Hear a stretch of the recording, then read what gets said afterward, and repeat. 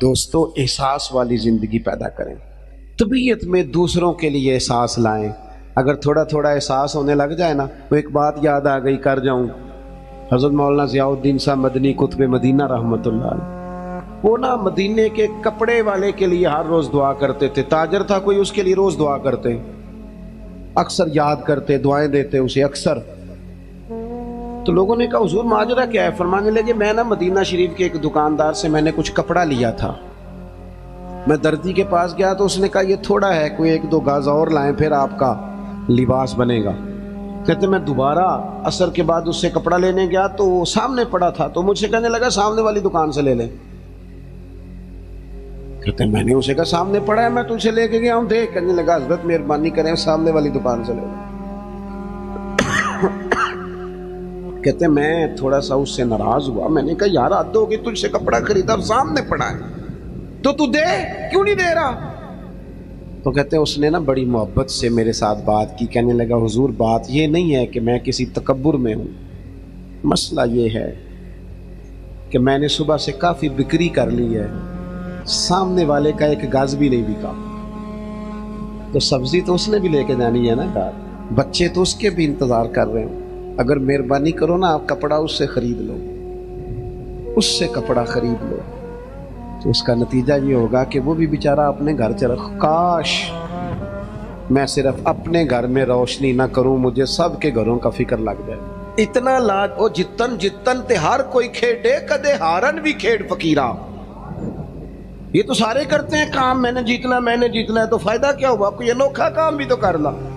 جتن جتن تے ہر کوئی کھیڈے، وہ تو ہارن کھیڈ فقیرا، جتن دا مل کوڈی پیندا ہی ہارن دا مل ہیرا۔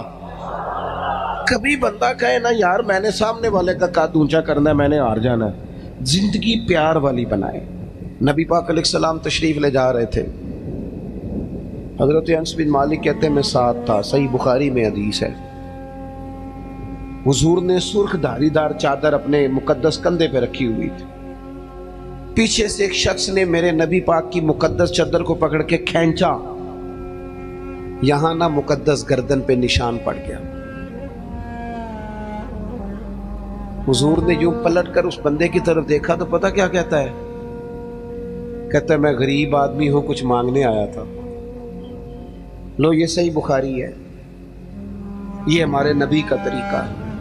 یہاں تو کوئی دروازہ زور سے کھٹکھٹا دے اسے خیرات نہیں ملتی، دھکے ملتے ہیں۔ کہتے ہیں تو قرضہ لینے آیا ہے، دروازہ توڑنا ہے؟ یہاں تو سگے باپ کی سختی برداشت نہیں، والدہ نے اگر کوئی بات دبا کے کرتی تو کہتے ہیں میں پابندیاں قبول نہیں کرتا۔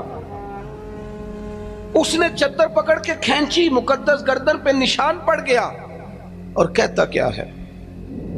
کہتا غریب ہوں، کچھ مانگنے آیا ہوں۔ حضرت انس بن مالک کہتے ہیں لوگوں میں نے منظر اپنی آنکھوں سے دیکھا، جب اس نے کہا نا میں مانگنے آیا ہوں تو میرے کریم رسول نے مسکرانا شروع کر دیا۔ یہ کمال ہے، یہ کر کے دیکھو۔ اپنا لہجہ نہیں بدلنا، سامنے والا کوئی بھی ہو۔ یہ کوئی بات تو نہ ہوئی کہ سامنے بندہ تلخ تھا تو لہذا میں بھی تلخ ہو گیا۔ نیکی ہوتی ہے، تجارت نہیں ہوتی، اور نیکی ہمیشہ یک طرفہ ہوتی ہے، دو طرفہ نہیں ہوتی۔ دو طرفہ تو تجارت ہوتی ہے، تو کر پھر میں بھی کروں گا، یہ تو تجارت ہو گئی۔ نیکی تو یہ ہے کہ تو کر نہ کر، میں مدینے والے کا غلام ہوں، میں ضرور کروں گا، مجھے میرے نبی کا حکم ہے۔ میں نیکیوں کو تجارت نہ بنائے، ورنہ تو انتظار کرو گے کہ سامنے والا کرے تو میں کروں۔ حضور مسکرائے، اور قربان جاؤں وہ تو آیا تھا نا مانگنے کہ دو چار چیزیں مل جائیں تو بات بن جائے گی۔ اللہ کے رسول صلی اللہ تعالیٰ علیہ وسلم فرمانے لگے دو پہاڑیوں کے بیچ جتنی بکریاں کھڑی ہیں ساری اس فقیر کو دے دو۔ اپنے انداز میں تھوڑی محبت لائیں، اپنے لہجے میں تھوڑا سا نا پیار لائیں۔ ہم پیار کرتے ہیں پر جہاں مطلب ہوتا ہے، گاہکوں سے پیار بالکل ٹھیک ہے، جن سے لین دین کے معاملات ہیں ان سے ناراض ہو گئے آپ لوگ، غلط بات کرتی ہے۔ اللہ آپ کو سلامت رکھے، میں صحیح کہہ رہا ہوں۔ جہاں کوئی مطلب ہے وہاں معاملہ بالکل ٹھیک ہے۔ اور یار یہ پیار نہیں، یہ پیار کا دکھلاوا ہے۔ اس طرح تھک جاؤ گے۔ اگر لہجہ ہی پیار والا ہو جائے نا، انداز ہی پیار والا ہو جائے تو پھر زندگی ذرا حسین ہو جاتی۔ پھر نا ماں کو بیٹے سے بات کرتے ڈر نہیں لگتا، پھر اہلیہ اس سے بات کرتے پریشان نہیں ہوتی، وہ خوف نہیں کھاتی کہ یہ مجھ سے گلاس ٹوٹ گیا تو پتہ نہیں اب کیا بنے گا۔ پھر غریب بہنیں بات کرتی ہیں تو ذرا آسانی سے کر لیتی ہیں، پھر کوئی محلے دار غریب بات کر لیتا ہے۔ لیکن اگر لہجہ تلخ ہو، انداز سخت ہو، پھر خرابی ہوتی ہے۔ ایک چوتھی بات بھی ہے جس کی وجہ سے ہم محبت نہیں کرتے، ہم نہ کوئی منصب بنا لیتے ہیں، پھر ہم سمجھتے ہیں میری یہ شان ہے۔ دیکھیں، عالم کی عزت کرنا بڑا ضروری ہے، پر عالم کو یہ تو نہیں نہ کہا گیا کہ وہ علم کے تکبر میں مبتلا ہو جائے کہ میں چونکہ بہت بڑا عالم ہوں۔ اس کو تو یہ اجازت، میری بات کی سمجھ آ رہی ہے آپ کو؟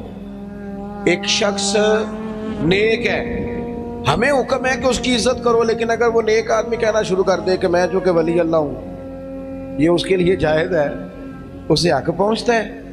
میں آپ کو سمجھانے کے لیے عرض کر رہا ہوں، ہم نہ اپنا کوئی منصب بنا لیا سب نے، 2 4 5 بندوں پہ ہم حاکم بن گئے، لہذا ہم کہتے ہیں اس کے لیے اس کی ضرورت ہے، یہ میری خدمت کرے گا۔ یاد رکھنا، جو ملازموں کے حق میں تلخ ہو جاتا ہے وہ آہستہ آہستہ سب کے ساتھ ہی تلخ ہو، اسے عادت ڈال جاتی ہے نا روب ڈالنے کی، سب کے ساتھ تلخ ہو جاتا ہے۔ جو جس کے ساتھ بھی رویہ سخت کرتا ہے وہ اس کی طبیعت کا حصہ بنتا جاتا ہے۔ اگر آپ کو اللہ تعالیٰ نے اعزاز دیا ہے تو یہ اس کا فضل ہے۔ زندگی میں جو رب نے ہمیں نعمتیں دی ہیں کبھی گن کے دیکھ لیں، وہ ہماری محنت نہیں، وہ محض اللہ کا فضل ہے۔ تو اگر محض اللہ کا فضل ہے پھر ہمیں جھکے ہوئے ہونا چاہیے تھا، بجائے اس کے کہ ہم اس پر تبصرہ کرتے۔ کسی بندے کے پاس اگر کوئی ملازم ہوتا ہے نا، اس کے پاس اگر ڈرائیور رکھنے کے پیسے ہوتے ہیں تو آج کل ماحول یہ بن گیا کہ نیرا ڈرائیور نہیں رکھا ہوتا، پھر خواہش ہوتی ہے کہ میری گاڑی کا دروازہ بھی یہی بند کرے، یہ اٹھے اور میرے سارے کام یہی بندہ کرے۔ تو میرے عزیز، اس سے بھی بندہ تلخ ہوتا ہے، محبت اس کی طبیعت سے نکل جاتی ہے، موسم محبت بدل جاتا ہے۔ آپ اپنی زندگی میں نرم رہیں۔ صحابہ فرماتے ہیں جب مسجد نبوی کی تعمیر ہو رہی تھی نا، ہم بھی اینٹیں اٹھا اٹھا کے لاتے تھے، اور ہم نے یہ عجیب نظارہ بھی دیکھا کہ نبیوں کے امام، رسولوں کے امام، اللہ کے محبوب مطلق، جن کی زیارت کے لیے فرشتے منتظر کھڑے رہتے ہیں، ہم نے پلٹ کے دیکھا کہ وہ محبوب بھی اینٹیں اٹھا اٹھا کے لا رہے تھے۔ حضور بھی کہتے ہیں جب خندق کھود رہے تھے نا، خندق، تو وہ محبوب جن کے پیروں پر اللہ پتھروں کو نرم کر دیتا ہے، جب ہم خندق کھود رہے تھے نا تو ہمارے نبی پاک بھی ہمارے ساتھ مل کے کام کراتے تھے۔ اپنی زندگی میں اللہ اعزاز دیتا ہے، لیکن اگر آپ اپنوں کے ساتھ مل جل کے رہتے ہیں تو محبتیں فروغ پاتی، پیار بڑھتا ہے۔ حضرت عثمان غنی رضی اللہ تعالیٰ عنہ فرماتے بڑی کڑاکے کی